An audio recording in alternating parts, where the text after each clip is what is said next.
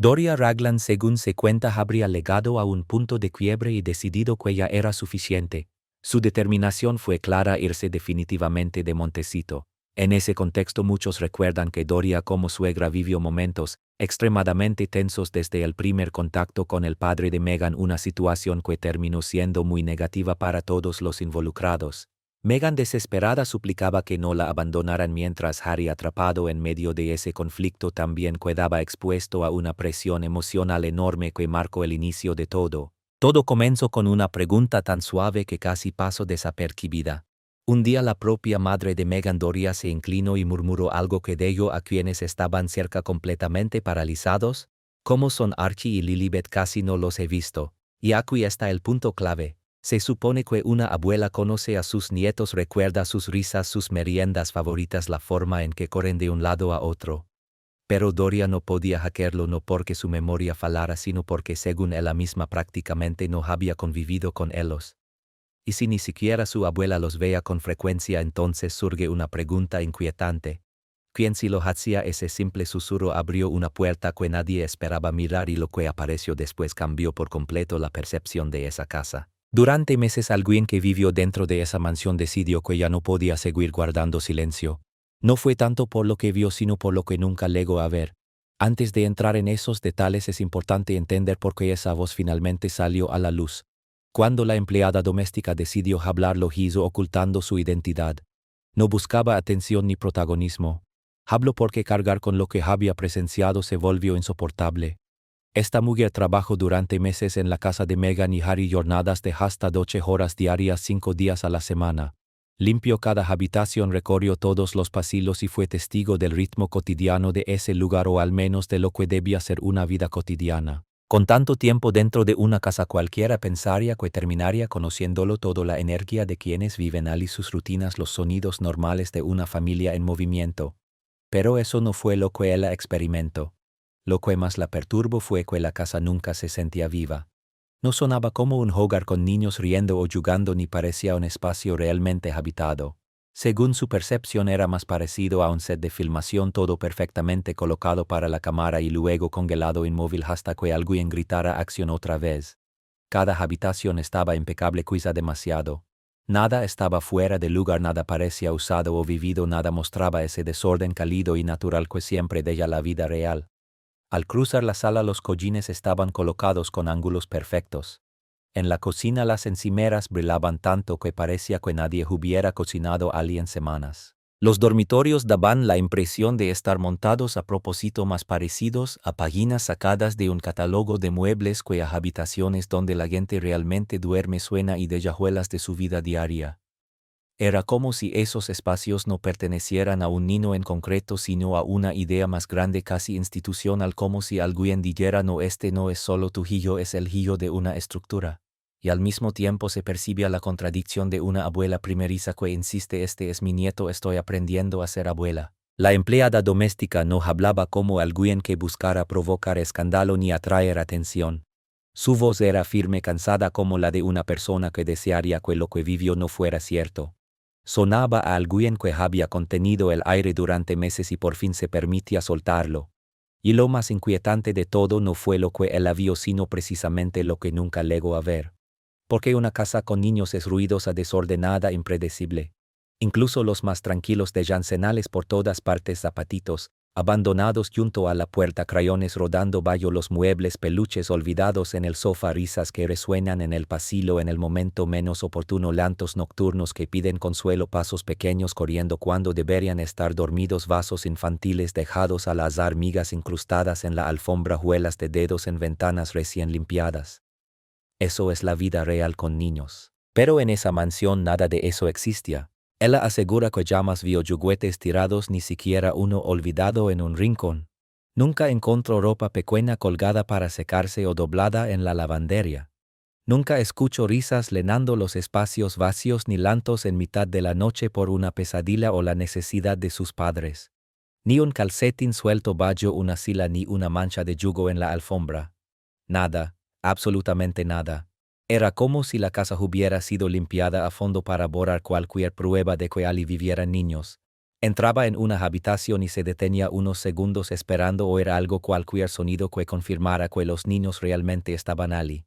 Pero solo encontraba silencio, un silencio espeso e incómodo que se instala en el pecho y deja que sentir que algo no encaja. Al principio pensó que quizá los estaba pasando por alto.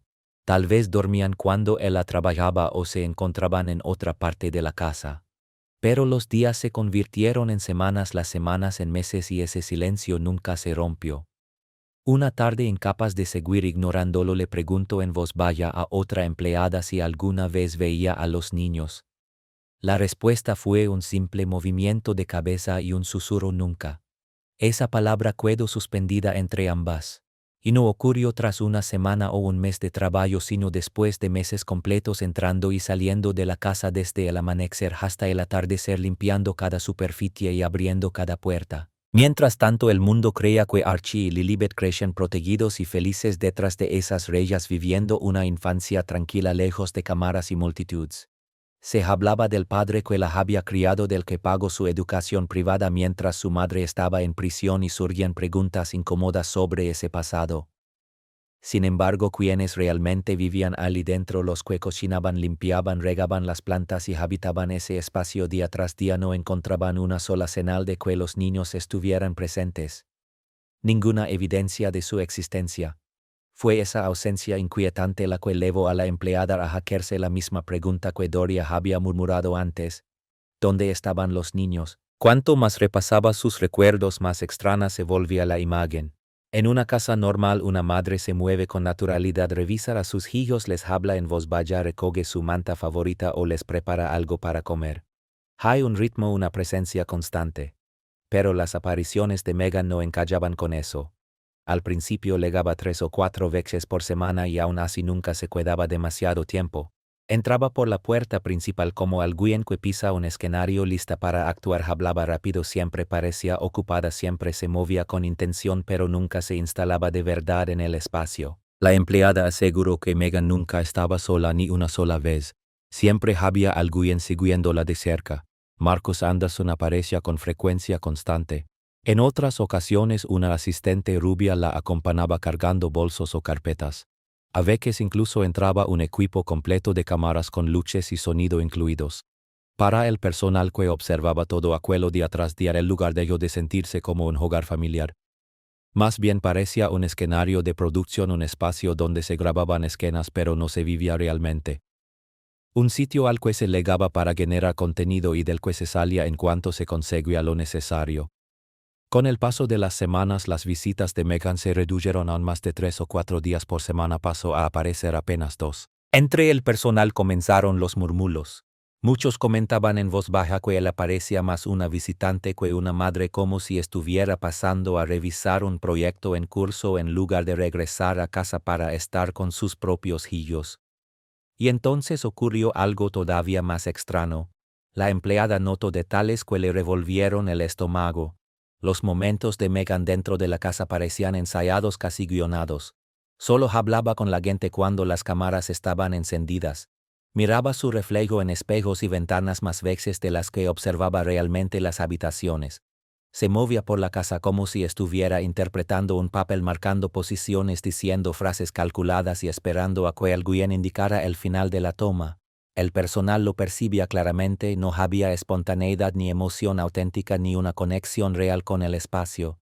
Todo parecía medido, controlado, cuidadosamente diseñado. Incluso hubo quien escuchó conversaciones sobre lograr la toma correcta o asegurar que la iluminación fuera perfecta. Algunos alegados comentaban que la partida de Doria Ragland había dejado a Megan de 43 años y al príncipe Harry de 40 luchando por adaptarse sin su presencia.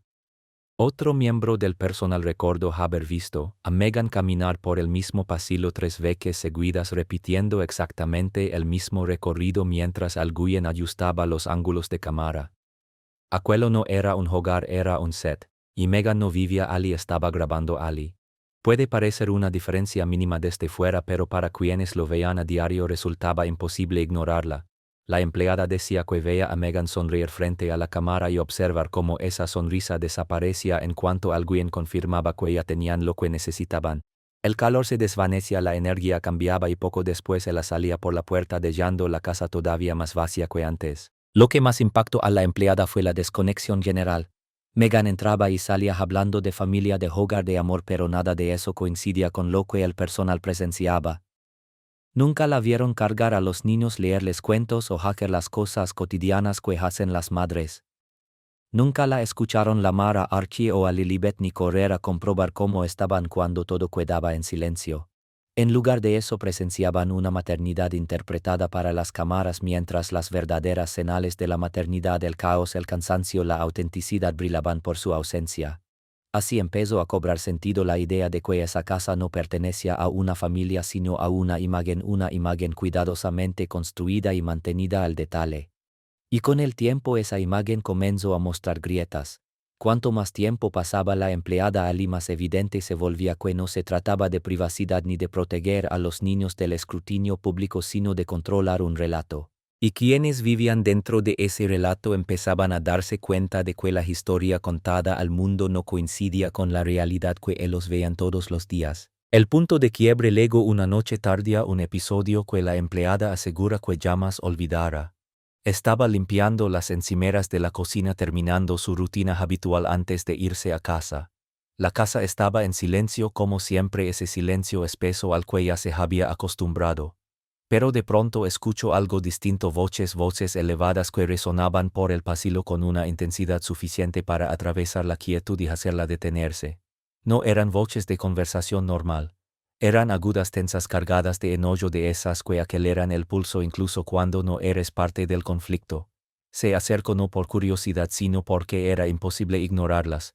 Las voces llenaban el espacio, rebotaban en las paredes y exigían atención. Reconoció primero la voz de Megan, afilada, cortante, con una dureza que nunca había escuchado antes. Pero lo que la dejó paralizada fue la voz de Harry.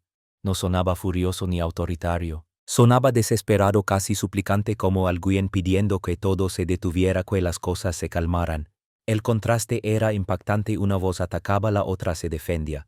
Una intensificaba el conflicto, la otra intentaba apagarlo. Cuando la empleada se acercó un poco más a la entrada, vio algo que hizo que el corazón se le hundiera. Harry estaba sentado en una silla con la cabeza hundida entre las manos. Todo en su postura gritaba derrota. Su rostro estaba enrojecido, pero no por ira, sino por el cansancio extremo, por la humillación y por el peso de algo mucho más profundo que una simple discusión nocturna. Megan caminaba de un lado a otro, todavía cargada de energía, con una tensión activa que parecía alimentarse del conflicto que había encendido toda la escena. Cerca de ellos se encontraba Marcus Anderson, intentando mediar, hablando en voz baja, tratando de bajar la intensidad y devolver algo de calma al ambiente. Pero ya era demasiado tarde, el daño estaba hecho. Después de eso la casa quedó sumida en un silencio absoluto. No era el silencio habitual al que la empleada ya se había acostumbrado, sino otro distinto, más frío, más pesado, uno que aplastaba todo a su paso. El aire parecía haber cambiado, volviéndose denso, casi imposible de respirar. Casi por reflejo la empleada se acercó con cuidado y le llevó a Harry un vaso de agua. Él lo tomó sin levantar la vista y murmuró un gracias tan bajo que apenas se escuchó. En ese instante él dijo haberlo entendido todo. Sintió el peso que él cargaba, la presión acumulada detrás de sus ojos, la tristeza profunda y agotadora de un hombre que alguna vez se mostró fuerte ante el mundo, pero que ahora parecía completamente perdido dentro de su propio hogar. Él había visto fotografías suyas de años atrás, joven, sonriente, riendo en eventos públicos, compartiendo momentos con su hermano, lleno de vitalidad. Pero el hombre que estaba sentado frente a él no se parecía en nada a esas imágenes. Parecía consumido, desgastado, como alguien que había luchado durante tanto tiempo que ya ni siquiera recordaba por qué seguía peleando. A partir de esa noche todo cambió. Las pocas sonrisas que aún aparecían se volvieron casi inexistentes. Cualquier rastro de risa desapareció por completo. La tensión se instaló en la casa de forma permanente, tan espesa que parecía tangible. Caminar por los pasillos se volvió distinto, más pesado, como si las propias paredes guardaran secretos que ya no podían contener. Y esto fue lo que más marcó a la empleada. No presenció simplemente una discusión fuerte entre una pareja. Fue testigo del instante exacto en que la ilusión se resquebrajó por completo. El momento en que la imagen perfecta que se mostraba al mundo de ver su verdadera cara puertas adentro. El agotamiento de Harry, su rendición silenciosa, ese gracias casi inaudible por un vaso de agua señalaban algo mucho más grande que una mala noche. Apuntaban a un patrón, a una dinámica profunda, una realidad que no coincidía en absoluto con lo que el público veía desde fuera. Esa noche la empleada salió de la casa sintiéndose distinta. Siempre había intuido que algo no encajaba, pero ahora lo había visto con sus propios ojos. Y una vez que presencias algo así ya no puedes borrarlo de tu mente. La fachada de un hogar feliz se volvía cada vez más frágil mientras la verdad que se escondía detrás se hacía imposible de ignorar. Pero la parte de su relato que más impactó a quienes la escucharon vino después. Aquí es donde la historia toma un giro aún más extremo.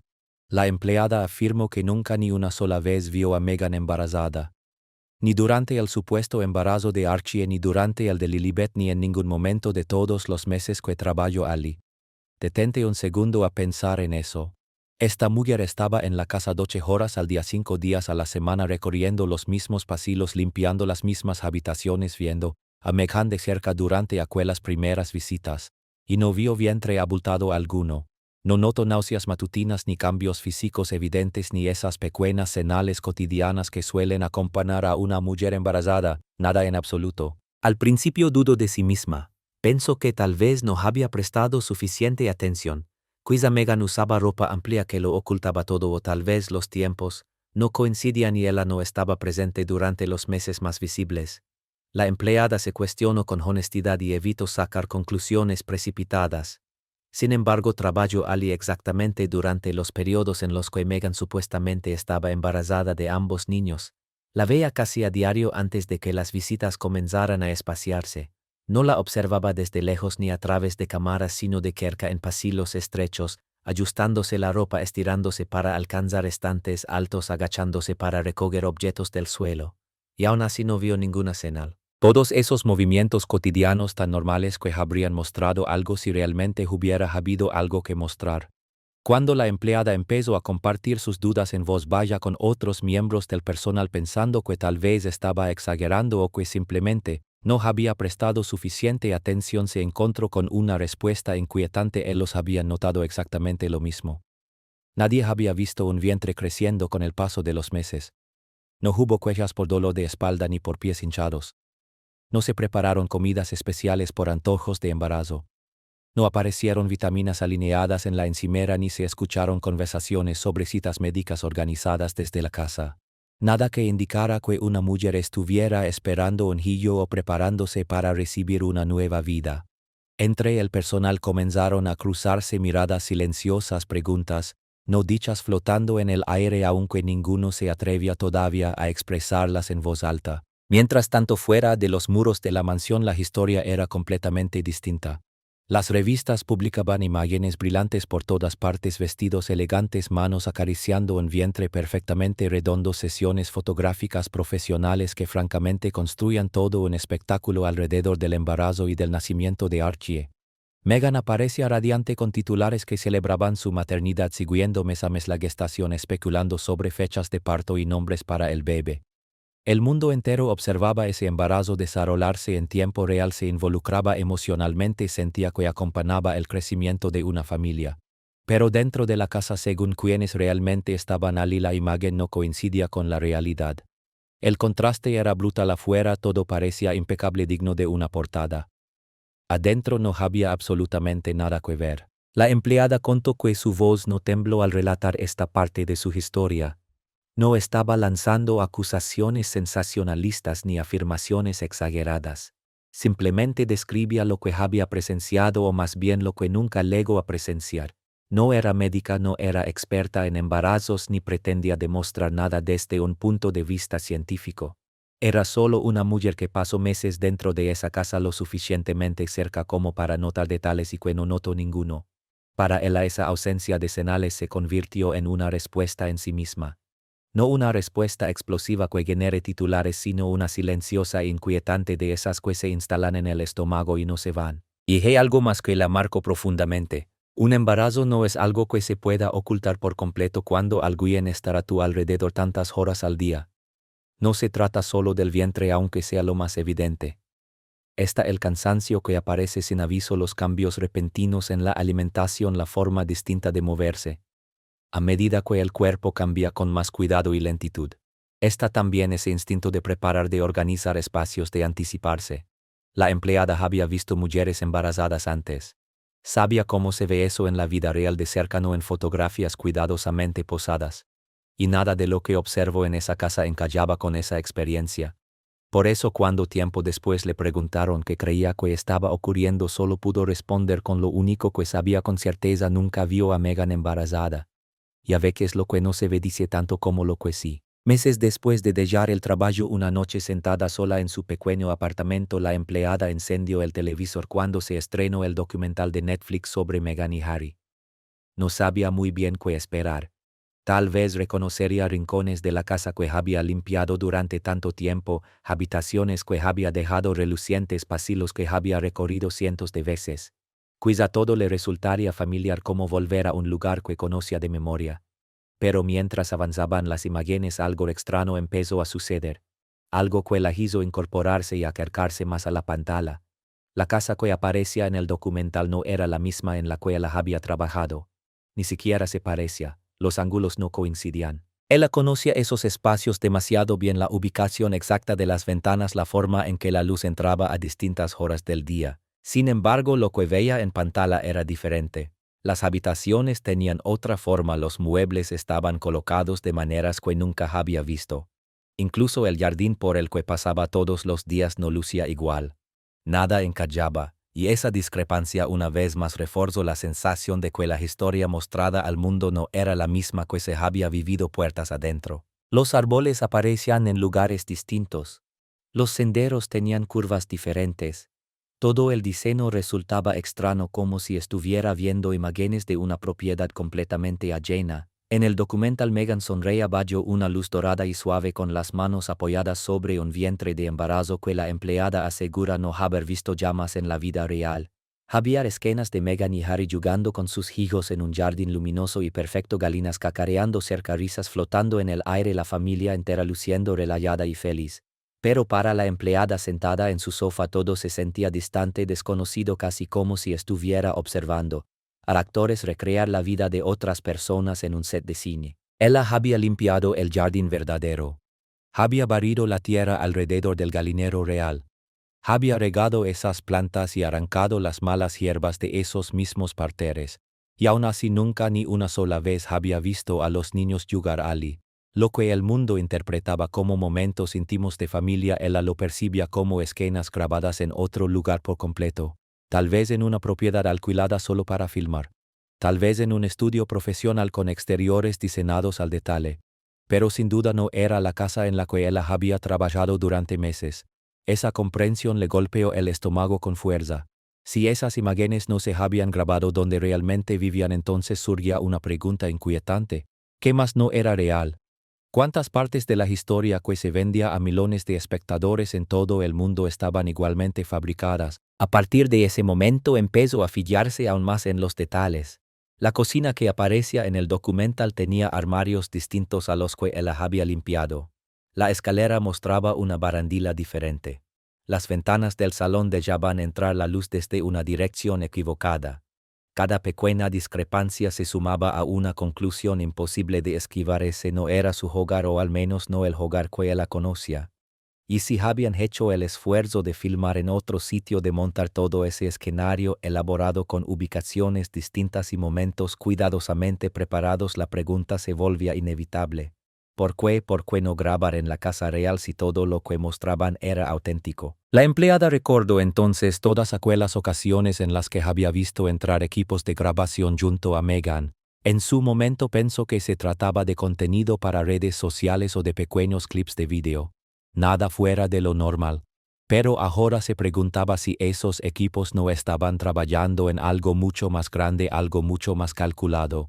Construir un relato que exigía escenarios concretos, iluminación controlada y escenas perfectamente ordenadas. Un tipo de producción imposible de realizar en una casa real, con niños de verdad corriendo, haciendo ruido y desordenando todo. Necesitaba un entorno impecable, controlado, perfecto. Y la casa donde ella había trabajado, aunque limpia y organizada, no estaba pensada para ese nivel de puesta en escena. Esa duda la acompañó mucho después de que terminaran los créditos.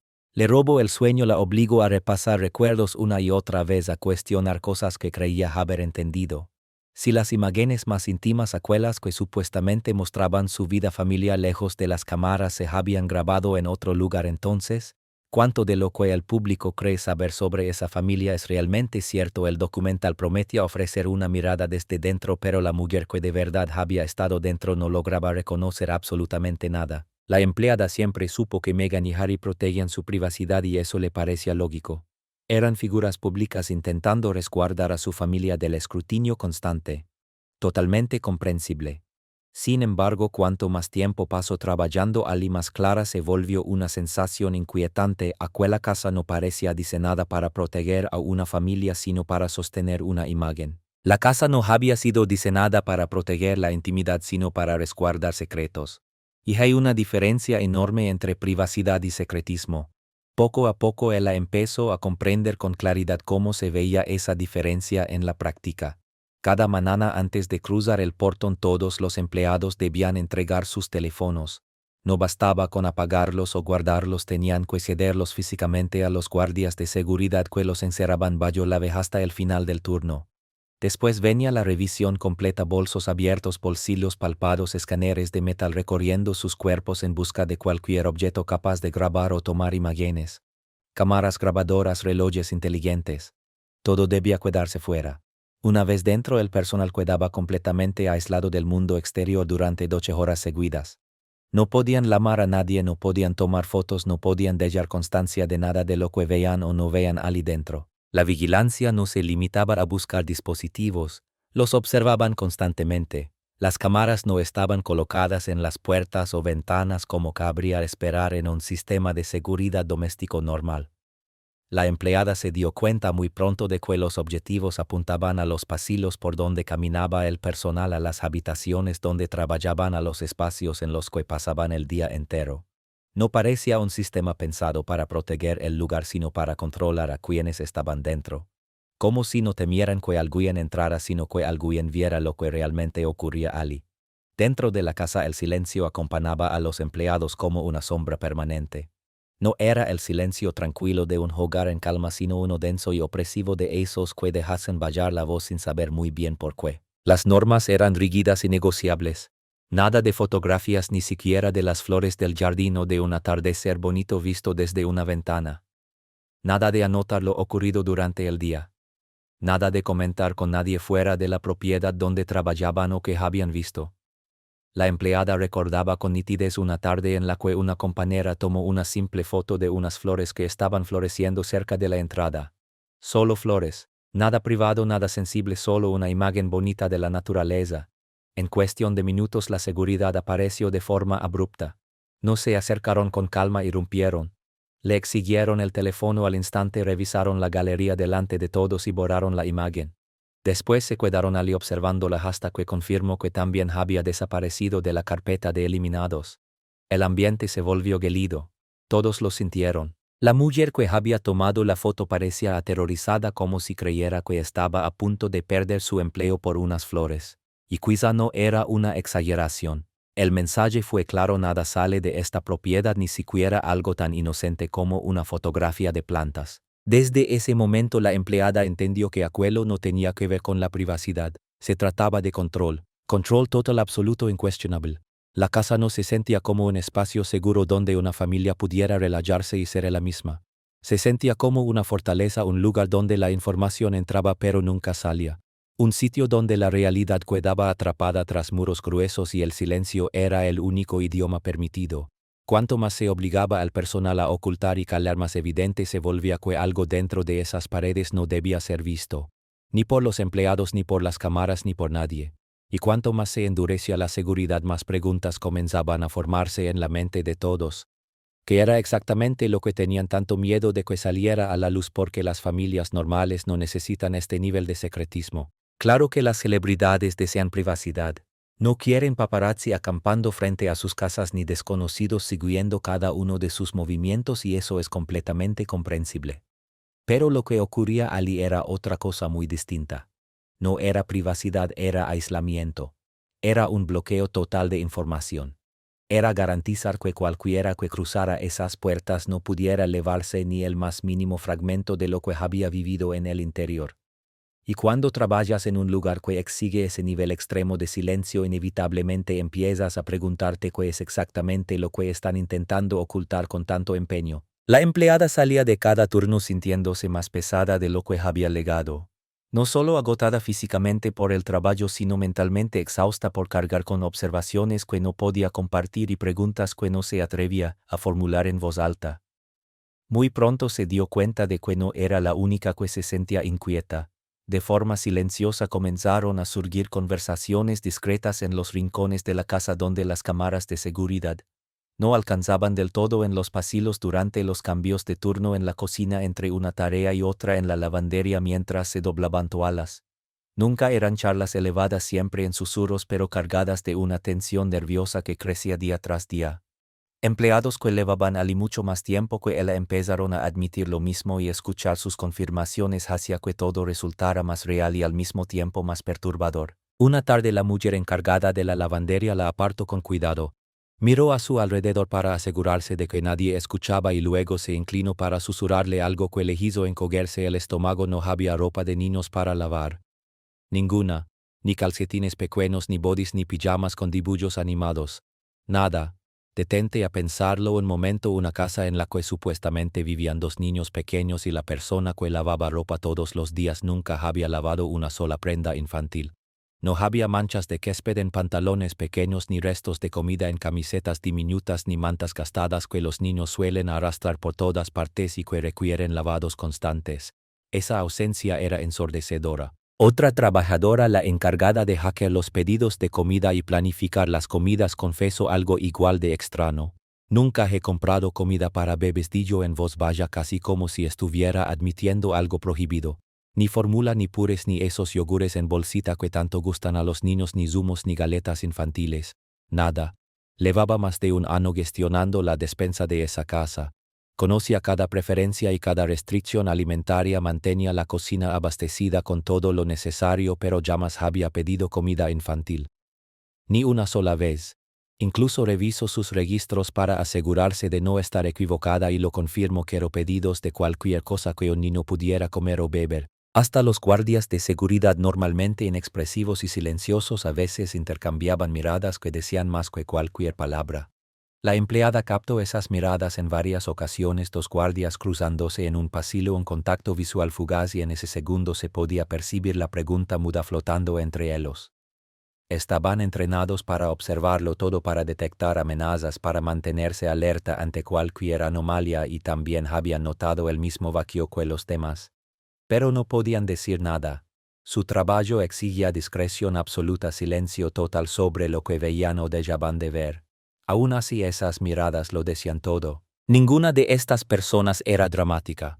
Nadie intentaba provocar conflictos ni inventar problemas donde no los había. Simplemente describían cómo transcurrían sus días, cuáles eran sus responsabilidades laborales y qué era lo que de manera inexplicable estaba ausente de esas responsabilidades. Y lo más inquietante era que todos compartían exactamente la misma experiencia. La encargada de la lavandería nunca lavaba ropa infantil. La responsable de las compras nunca pedía comida para niños. Los guardias nunca protegían a niños. El personal de limpieza nunca recogía juguetes. El cocinero nunca preparaba comidas para menores. Cada una de las personas que trabajaba en esa casa vivía la misma realidad día tras día. Una ausencia total de cualquier señal que indicara que allí vivían niños. El personal dentro de la casa de Meghan y Harry convivía con un vacío que el mundo exterior jamás llegó a percibir. Vean cómo el silencio ocupaba espacios donde debería haber existido la infancia. Notaban todo aquello que tendría que haber estado presente y sin embargo no estaba. A medida que más empleados empezaban a reconocer en privado el mismo patrón, hubo algo que se volvió imposible de ignorar. Todos dentro de esa casa sentían que faltaba algo. Algo esencial. Algo que el mundo de afuera daba por hecho que estaba allí detrás de esas rayas, creciendo, respirando, viviendo. Pero nadie dentro lograba encontrar ni una sola prueba de ello. La empleada dejó ese trabajo hace meses, pero las preguntas nunca la abandonaron. Continuaba con su vida cotidiana y de pronto se le venían a la mente aquellos pasillos vacíos. En el supermercado, al ver a un padre lidiando con un niño inquieto, pensaba en cómo jamás presenció algo parecido en la mansión. Escuchaba risas infantiles en un parque y recordaba el silencio pesado que dominaba aquella casa, un silencio que parecía tener peso propio. Y se hacía la misma pregunta que se hizo Doria, la misma que se hacían todos los empleados cuando creían que nadie los escuchaba. Si nadie dentro de esa casa los veía, entonces, ¿dónde estaban Archie y Lilibet? Y así llegamos hasta aquí. Porque cuando se juntan todas las piezas, el panorama empieza a verse con claridad. Todo comenzó con un susurro de una abuela, una pregunta tan sencilla que debería haber tenido una respuesta inmediata. Doria, la propia madre de Megan, preguntó cómo eran Archie y Lilibet porque según dijo nunca los había visto realmente. Allí fue donde se encendió la primera alarma. Una abuela incapaz de describir a sus propios nietos.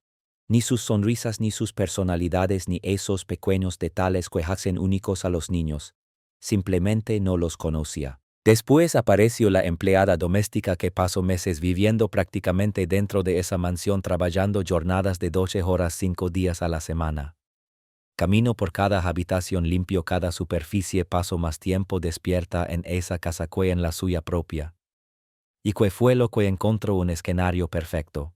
Habitaciones impecables que parecían preparadas para una sesión fotográfica de revista. Silencio donde debería haber risas y llantos. Espacios vacíos donde tendrían que haber juguetes esparcidos. Pasillos que solo devolvían el eco de pasos. Nunca vio una sola señal de que allí vivieran niños. Ni un juguete, ni una prenda infantil, ni una voz pequeña resonando en esas paredes. Otros miembros del personal confirmaron exactamente lo mismo. La encargada de la lavandería nunca lavó ropa de niños. La responsable de las compras jamás pidió comida infantil. Los guardias de seguridad nunca tuvieron que proteger a nadie más que a los adultos que entraban y salían. Y las visitas de Megan, cuando ocurrían, se parecían más a rodajes que al regreso de una madre a su hogar. Llegaba acompañada de cámaras y asistentes, se movía por la casa como si estuviera marcando posiciones y se marchaba en cuanto obtenían lo que necesitaban. El personal la veía interpretar la maternidad frente a las cámaras, mientras en la vida real no había ninguna evidencia de ella. Luego estuvo aquella noche en la que todo cambió. La discusión intensa, Harry sentado con una expresión de derrota absoluta, Marcus Anderson intentando calmar la situación. Después de eso, incluso la apariencia de felicidad pareció desaparecer. La tensión se volvió constante, algo que se podía sentir en el aire todos los días. Pero hay un punto que lo pone todo realmente en duda. La empleada nunca vio a Megan embarazada, ni de Archie ni de Lilibet. Estuvo allí durante los periodos en los que esos embarazos supuestamente ocurrieron. La veía de cerca con regularidad y no notó nada, ni vientre, ni náuseas matutinas, ni cambios físicos propios de un embarazo. Mientras tanto, el mundo veía reportajes brillantes en revistas con imágenes de un embarazo radiante. Dos realidades completamente distintas dependiendo de qué lado de las rayas se estuviera. Luego se estrenó el documental y ni siquiera eso coincidía. La casa que aparecía en pantalla no era la misma en la que la empleada había trabajado. Habitaciones distintas, ángulos diferentes, otro jardín. Imágenes de niños jugando en lugares donde ella jamás los había visto jugar. Se hizo evidente que incluso los momentos más íntimos mostrados a millones de espectadores habían sido grabados en otro lugar por completo. Y si ni siquiera estaban filmando en su propia casa, la pregunta es inevitable. ¿Qué nos dice eso sobre cuánta parte de esta historia es realmente auténtica? Y a todo eso se sumaba una seguridad propia de una fortaleza. Cada mañana el personal debía entregar sus teléfonos, someterse a cacheos, permitir que revisaran sus bolsos. La seguridad llegaba incluso a borrar fotos inofensivas como imágenes de flores, y las cámaras no apuntaban a posibles intrusos sino directamente a los trabajadores. Las normas eran tan estrictas que todos se movían con un miedo constante a decir o hacer algo incorrecto. Aquello no se sentía como un lugar protegido sino como un espacio bajo vigilancia permanente. Eso no era proteger la privacidad, era garantizar que nadie pudiera compartir lo que estaba viendo o, más importante aún, lo que no estaba viendo. Cada persona que trabajó dentro de esa casa vivió exactamente la misma experiencia, una ausencia tan evidente que resultaba imposible ignorarla. Todos sentían que faltaba algo esencial, algo que el mundo daba por hecho que estaba allí pero que ninguno de ellos lograba encontrar. Y eso nos devuelve directamente a la pregunta que Doria susurró en su momento, la misma que cada empleado se hacía cuando creía que nadie prestaba atención. Si las personas que realmente vivían y trabajaban dentro de esa casa, que limpiaban esas habitaciones y recorrían esos pasillos a diario, nunca vieron a Archie y a Lilibet, entonces, ¿dónde estaban? El mundo ha visto fotografías, ha visto documentales, ha leído historias sobre una familia perfecta viviendo su mejor vida lejos del foco mediático. Pero quienes estuvieron allí de verdad, quienes presenciaron lo que ocurría puertas adentro, describen algo completamente distinto. Hablan de vacío, hablan de silencio, hablan de un relato tan cuidadosamente construido que incluso la realidad tenía dificultades para abrirse paso.